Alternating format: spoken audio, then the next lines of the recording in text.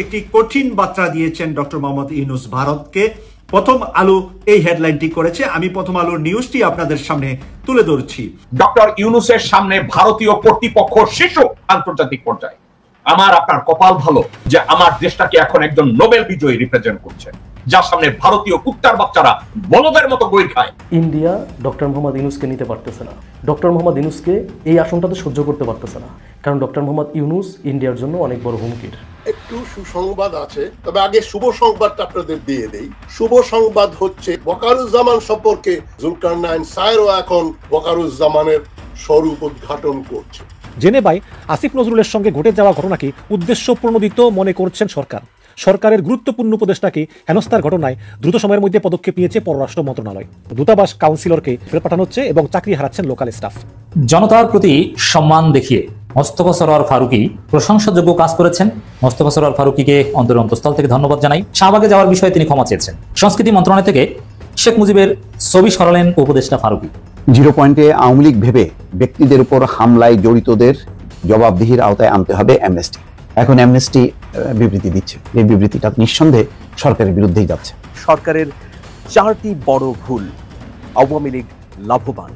এই অন্তর্বর্তী সরকারের কি কি ভুল আছে এই মুহূর্তে, সেই ভুলগুলো নিয়েই মূলত পর্যালোচনা করতে চাই।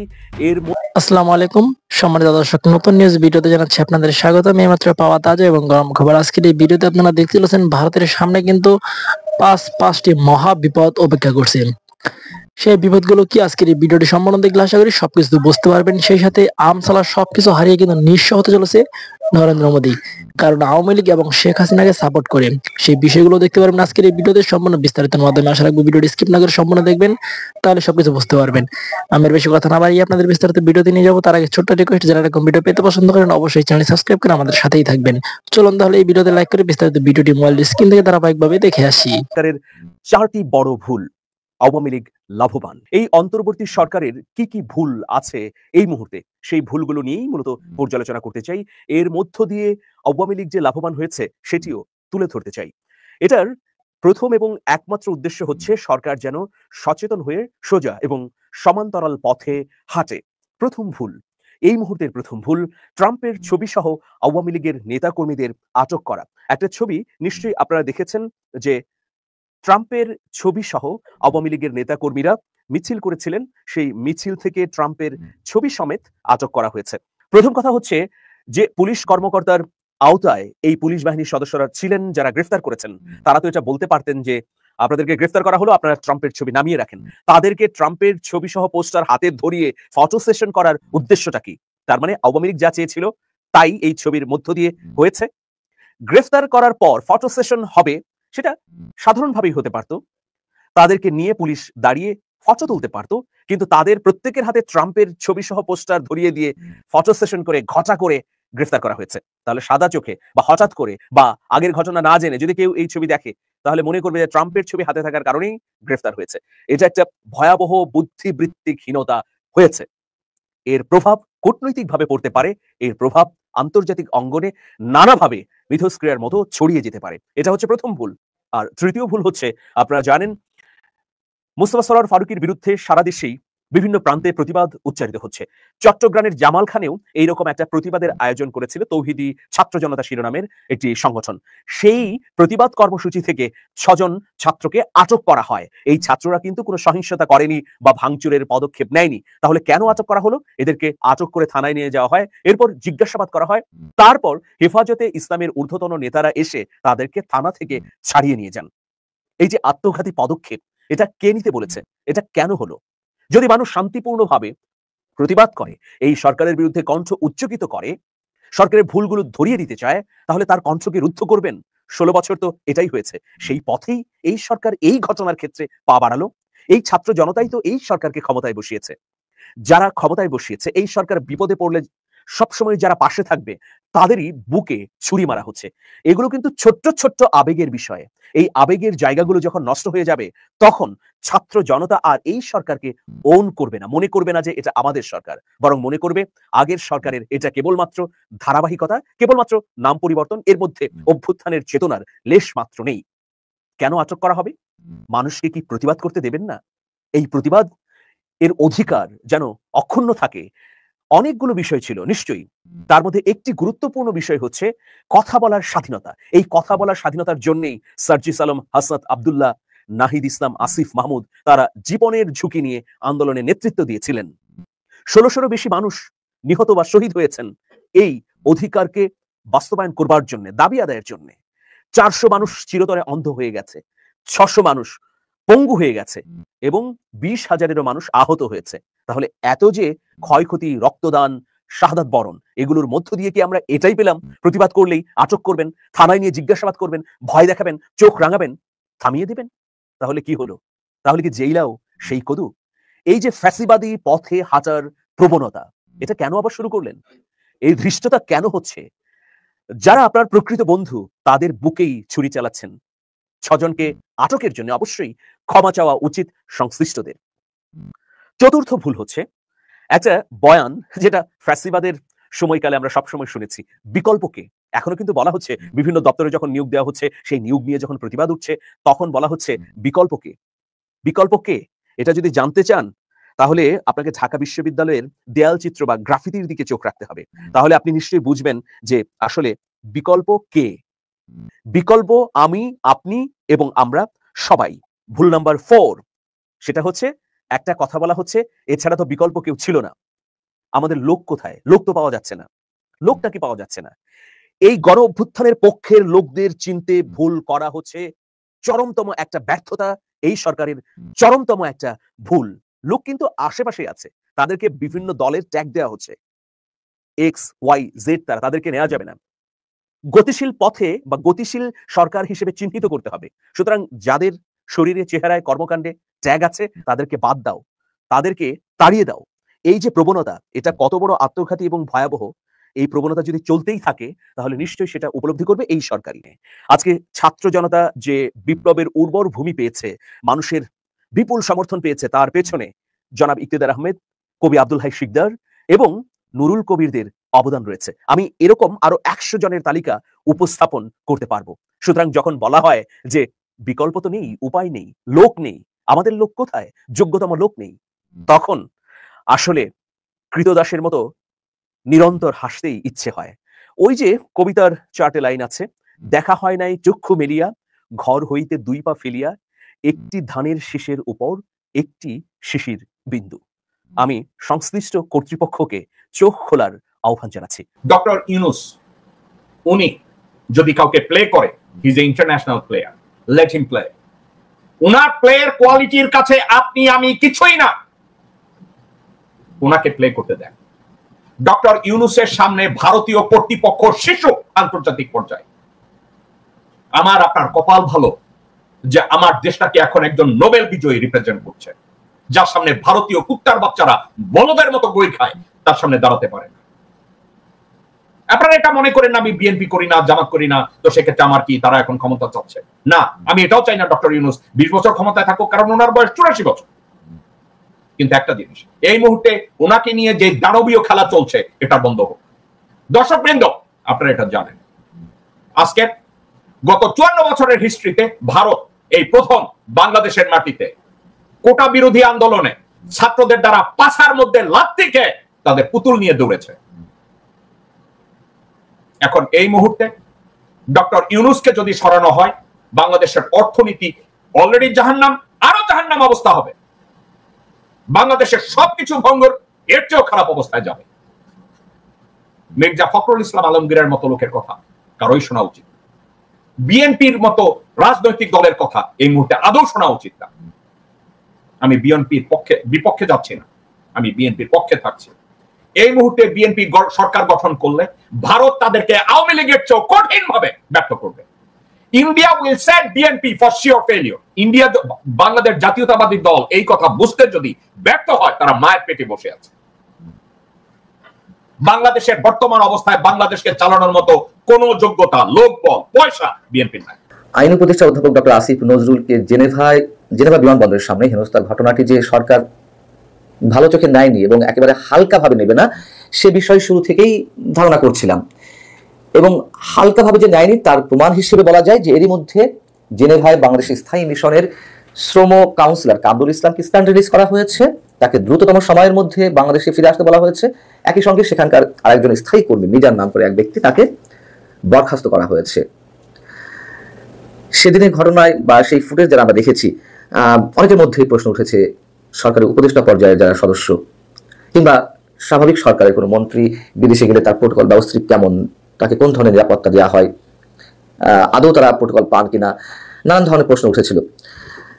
আসিফ নজরুল কিন্তু সেখানকার স্থায়ী মিশনের প্রোটোকল নিয়েই জেনেভা বিমানবন্দরে গিয়েছিলেন এবং যখন আওয়ামী লীগের সেখানকার স্থানীয় কয়েকজন নেতা তাকে ঘিরে ধরলেন, তার কাছে নানান ধরনের প্রশ্ন তারা করছিলেন এবং একটা পর্যায়ে উত্তেজনকর পরিস্থিতির সৃষ্টি হলো, তার গায়ে হাত দেয়া না দেয়া নিয়ে প্রশ্নের সৃষ্টি হলো, তখন আমরা দেখেছি যে আশেপাশের লোকজন একেবারেই চুপ ছিলেন। বিশেষ করে আমরা যারা ধরে নিয়েছিলাম যে নিশ্চয়ই আসিফ নজরুলের সাথে সেখানকার স্থায়ী মিশনে কেউ না কেউ ছিলেন, তাদেরকে আসলে ততটা একেবারেই সহানুভূতি দেখা যায়নি। এবং ওই সময় কিন্তু আসিফ নজরুল সেখানে উপস্থিত কামরুল ইসলাম, যাকে স্ট্যান্ড রিলিজ করা হয়েছে, তার কাছে জিজ্ঞাসা করেছিলেন যে আপনারা কেন চুপ ছিলেন, মানে যখন তাকে হেনস্থা করা হচ্ছিল। তখন তার উত্তর ছিল যে আপনি কথা বলছেন এই জন্য আমরা চুপ ছিলাম। এটি আসলে কোনো গ্রহণযোগ্য কথা নয়। আসিফ নজরুলের এই ঘটনার পরে খুব স্বাভাবিকভাবেই সরকারের উপদেষ্টারা যারা বিদেশে যাবেন ভবিষ্যতে, তাদের নিরাপত্তা নিয়ে একটা গুরুতর প্রশ্ন উঠেছিল যে এভাবেই তাহলে যদি আগামী দিনে যারা যাবেন তারা এরকম তোপের মুখে পড়বেন। সেই জায়গা থেকে সরকার যে উদ্যোগটি নিয়েছে এটি আমরা অবশ্যই ইতিবাচক বলে মনে করি এবং সরকারের পক্ষ থেকে বুধবার বাংলাদেশের পক্ষ থেকে সব বিদেশি মিশনে একটি পরিপত্র পাঠানো হয়েছে। সেই পরিপত্রে বলা হয়েছে, প্রথমত এখানে যেটি বলা হচ্ছে, সরকারের গুরুত্বপূর্ণ ব্যক্তিদের বিদেশ সফরের সময় তাদের নিরাপত্তা নিশ্চিত করা এবং যথাযথ প্রোটোকল দেওয়া বাংলাদেশি মিশনগুলোর বিশেষ দায়িত্ব। এই দায়িত্ব পালনের শৈথিল্যের কোনো সুযোগ নেই। দ্বিতীয়ত যেটি বলা হচ্ছে, বিদেশি মিশনগুলোকে এই ধরনের সফর শুরুর আগেই সফরকারীদের নিরাপত্তা নিশ্চিত করতে হবে এবং সফরের সময় যেন কোনো প্রকারের অনভিপ্রেত ঘটনা না ঘটে সে বিষয়ে সচেতন থাকতে হবে।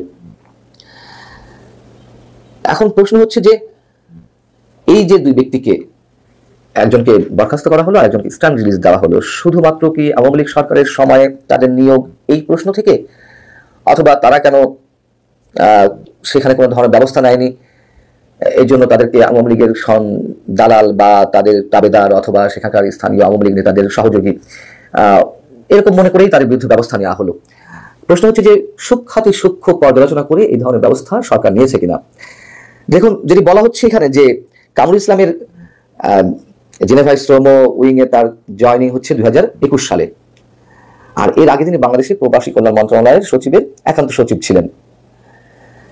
যদি শুধুমাত্র আওয়ামী লীগ সরকারের সময় নিয়োগ হয়েছে এবং তারা সবাই আওয়ামী লীগের, এই কারণে সেখানকার স্থানীয় আওয়ামী লীগ নেতাদের সঙ্গে তাদের একটি যোগ সাজস্য রয়েছে, এমনটা মনে করে যদি শাস্তিমূলক ব্যবস্থা নেওয়া হয় সেটি হবে সত্যি সত্যি অনভিপ্রেত এবং অনাকাঙ্ক্ষিত। আর যদি সত্যিই তাদের কোনো ধরনের সম্পৃক্ততা থেকে থাকে এবং সেটি যথাযথ তদন্তের মাধ্যমে প্রমাণিত হয়, তাহলে সেই বিষয়ে অবশ্যই আমাদের কোনো প্রশ্ন নেই, বরং বলবো এটি অবশ্যই ইতিবাচক একটি ঘটনা, এটিকে ছাড় দেওয়ার কোনো সুযোগ নেই।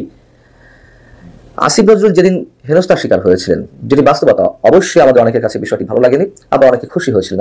আসিফ নজরুল যে নানান ধরনের কর্মকাণ্ড বিতর্কিত, অন্তত বর্তমান সরকারের সময় তার যে অনেকের ধারণা যে একক আধিপত্য উপদেষ্টা পরিষদে এবং আওয়ামী লীগকে নিষিদ্ধ করার বিষয়ে তার নানান ধরনের তৎপরতা, তিনি নিজে রাষ্ট্রপতি হতে চান এরকম একটি গুঞ্জন ছড়িয়ে পড়েছিল, তিনি ক্ষমতার চর্চা করছেন, এই সব জায়গা থেকে অনেকে খুশি হয়েছিলেন। তবে আমি অন্তত বলবো, যত যাই হোক না কেন, বিদেশের মাটিতে বসে এই ধরনের ঘটনা ঘটিয়ে আসলে আখেরে কোনো লাভ পাওয়া যায় না যারা এই ঘটনাগুলো ঘটান। এবং একই সঙ্গে অবশ্যই বাংলাদেশের ভাবমূর্তি যথেষ্টভাবে বিদেশি রাষ্ট্রগুলোর কাছে ভঙ্গুর অবস্থায় পৌঁছায়। বাংলাদেশের মান মর্যাদা নিয়ে অনেক ধরনের প্রশ্ন ওঠে। আবারও বলি যে তাদের বিরুদ্ধে ব্যবস্থা নেওয়ার ক্ষেত্রে যেন কোনো ধরনের ব্যক্তি, আওয়ামী লীগ বলছে যে এইসব কাউন্টডাউন আমরা গণার টাইম নাই। আপনি কমেন্টগুলোতে যদি খেয়াল করেন, যে নিউজগুলোর কমেন্ট সেকশনে, যে যদি ক্ষমতা থাকে তো নিয়ে আসতে বলো, যদি পারে। সরকার বলছে আমরা তো পারবো। এখন সরকার কি আসলে শেখ হাসিনাকে এই মুহূর্তে দেশে আনতে চাচ্ছে? অন্তরের যদি ফিলিংস দেখেন, আমার ধারণা চাচ্ছেন এটা, by my personal opinion. Why? কারণ শেখ হাসিনা দেশের বাহিরে আছেন, একটা ধরনের শান্তি দেশে আছে। কোনটা? এখন মাঠে যা দেখতেছেন একরকম খেলা চলতেছে, বাট যদি শেখ হাসিনা বাংলাদেশে আসে, গ্রেপ্তার করে তাকে আনা হয় ধরেন, তো বাংলাদেশে আওয়ামী লীগ কীভাবে গর্ত থেকে বের হবে আপনি তখন দেখবেন। নেতা ছাড়া একটা দল শূন্য হয়ে যায়। হেফাজত ইসলামের কথা খেয়াল আছে তো, মাওলানা মামুনুল হক যখন জেলে ছিল, আপনি একজন হুজুর রাস্তায় দেখেন নাই। যেই তিনি জেল থেকে বের হইলেন, গর্ত থেকে, তার সিপাহীরা সেনারা হুড়হুড় করে বের হইয়া এখন এক মামুনুল হকের ডাকে লাখো লাখো মানুষ একটা জায়গায় কানেক্টেড হয়, বিকজ নেতৃত্ব ডিপেন্ড করে নেতার উপর। দর্শক, শেখ হাসিনাকে গ্রেফতারের জন্য রেড নোটিশ যে জারি করার কথা বলা ছিল, সেই রেড নোটিশ জারি করে ইন্টারপোলকে চিঠি দিয়েছে সরকার। এখন এই চিঠিটা কতটুকু কার্যকর হবে, আনার জন্য কতটুকু আন্তরিক চেষ্টা থাকবে, আনার পরবর্তী পরিস্থিতিতে এখানে কি হবে, এ নিয়ে কালের কণ্ঠের একটা প্রতিবেদন আছে, তাদের পেজে দেখবেন যে শেখ হাসিনাকে আসলে গ্রেপ্তার করে বাংলাদেশে আনার পক্ষে কতজন মানুষ খুব মনে করে যে না খুব নর্মাল। আমি ওইখানে জনগণের অনেক বক্তব্য শুনলাম যে না, তিনি দেশের বাইরে থাকুক, গ্রেপ্তারের জন্য তাকে আপাতত দেশে আনার দরকার নাই, ফাঁসির জন্য দরকার নাই, কারণ এই অন্তর্বর্তী সরকার এই মুহূর্তে দেশের পরিস্থিতিকে কন্ট্রোল করা যাচ্ছে না। তো সেখানে শেখ হাসিনা দেশে আসলে যেই প্রেক্ষাপট তৈরি হবে, এটাকে সামাল দেওয়ার মতন ক্যাপাবিলিটি কারুরই নাই। তো আপাতত তিনি দেশের বাইরে থাকুক, পরবর্তী সময় ইন ফিউচার যদি কোনো স্টেবল রাজনৈতিক দল আসে ক্ষমতায়, তারা হয়তো সেটা পারবে, বাট অন্তর্বর্তী সরকার পারবে না। তো আপনার বাংলাদেশি গণঅভ্যুত্থানের মুখে যখন শেখ হাসিনা দেশ ছেড়ে পালালেন, তখন আপনার গতকালকে আন্তর্জাতিক অপরাধ ট্রাইব্যুনালের চিফ প্রসিকিউটর তাজুল ইসলাম বলছেন যে আমরা গত পরশুদিন ইন্টারপোলের কাছে রেড নোটিশ পাঠানোর জন্য বা রেড অ্যালার্ট জারি করার জন্য ইন্টারপোলকে রিকোয়েস্ট করেছি। এক সময়কার প্রধানমন্ত্রী মামলার আসামি পলাতক আছেন, দেশের বাইরে আছেন শেখ হাসিনা, তাকে আন্তর্জাতিক আইন অনুযায়ী ইন্টারপোলের যে ব্যবস্থা আছে, সিস্টেম আছে, সেই সিস্টেমের কাছে আমরা চিফ প্রসিকিউটরের অফিস থেকে রিকোয়েস্ট পাঠিয়েছি। যেহেতু তিনি মানবতা বিরোধী অপরাধের অভিযোগে অভিযুক্ত, তার বিরুদ্ধে গ্রেফতারি পরোয়ানা পেন্ডিং আছে, বাংলাদেশের জুরিকডিকশনের বাইরে তিনি চলে গেছেন, সেই কারণে আন্তর্জাতিক পুলিশিং সংস্থা হিসাবে ইন্টারপোল যেন তাকে গ্রেফতার করে, অন্তত তার ব্যাপারে রেড অ্যালার্ট জারি করে সে ব্যাপারে রিকোয়েস্ট পাঠাচ্ছি। এটা কমিউনিকেট করার দায়িত্ব পুলিশের আইজিপির, আমরা সরাসরি লিখেছি ইন্টারপোলের কাছে এটাই যাবে।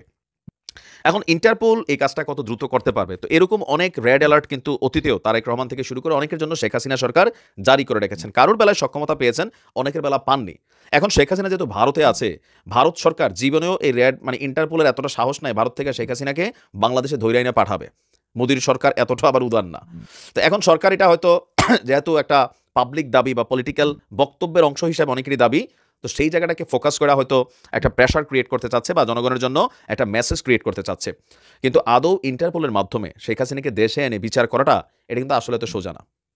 আর এই যে এখন আমরা মামলা দেখছি অনেক কিছু, বাংলাদেশের ইতিহাসে সারা পৃথিবীতে হয় কি, যে ধরেন যখন আপনি ক্ষমতায়, যে ডক্টর মোহাম্মদ ইউনূস 666 কোটি টাকা ওনার কর্মকুফ হয়ে গেছে, ওনার বিরুদ্ধে 200-র উপরে মামলা ছিল, রাতারাতি নাই হয়েছে না অনেক কিছু। তো শেখ হাসিনা আবার বাংলাদেশে আসলে আনটিল ক্ষমতায় যাওয়া পর্যন্ত বেগম খালেদা জিয়া যেমন লাঞ্ছিত হয়েছেন, তাকে যেমন জেল খাটানো হয়েছে, শেখ হাসিনাকে এগুলো ফেস করতে হবে, এটাই বাস্তবতা। কিন্তু আবার যখন কোনো পলিটিক্যাল গভর্নমেন্ট আসবে, তারা কিন্তু শেখ হাসিনাকে সুযোগ সুবিধা দিবেন, এটাই বাস্তবতা।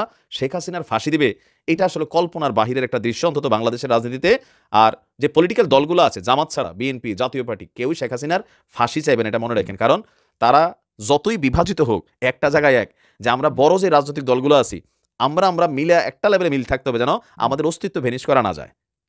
মানে বিএনপির আজকের অবস্থান দেখলে মোটামুটি এটা অনেকটা ক্লিয়ার হওয়ারই কথা। তো দেখা যাক পরিস্থিতি কোন দিকে যায়, ইন্টারপোলের চিঠি কতটুকু রিয়েক্ট হয়। কেউ আছেন শেখ হাসিনাকে দেশে আইনা দেখান, কেউ আছেন যে তিনি তো আসবেন, এই চিঠির ভ্যালু নাই, এটা জাস্ট হচ্ছে দেওয়ার জন্য দেওয়া, কেউ বলছেন যে না অবশ্যই আইন আমরা বিচারের কাঠগড়ায় দাঁড় করাবো। তো সময় সবকিছু বলে দেবে। প্রিয় দেশবাসী, শুরু থেকে শেষ পর্যন্ত যারা এই ভিডিওটি দেখেছেন সকলকে জানাই অসংখ্য অসংখ্য ধন্যবাদ। যারা এরকম নিউজ ভিডিও পেতে পছন্দ করেন তারা অবশ্যই এই চ্যানেলটি সাবস্ক্রাইব করে পাশে থাকা বেল আইকনটি বাজিয়ে দিবেন। যারা এখন এই ভিডিওটি শেয়ার করেননি, এই ভিডিওটি দ্রুত শেয়ার করে সকলকে দেখার সুযোগ করে দিন। আজকের মতন এই পর্যন্ত, দেখা হচ্ছে পরবর্তী কোনো ভিডিও নিয়ে ইনশাল্লাহ।